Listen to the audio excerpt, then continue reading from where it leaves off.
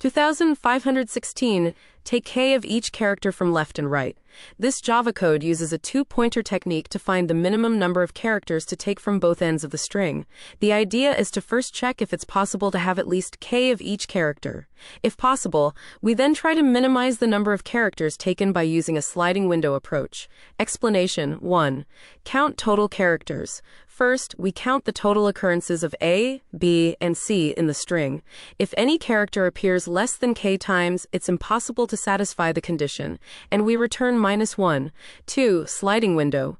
We use a sliding window to find the maximum length of a subarray that can be left in the middle while ensuring that we can take at least k of each character from the ends.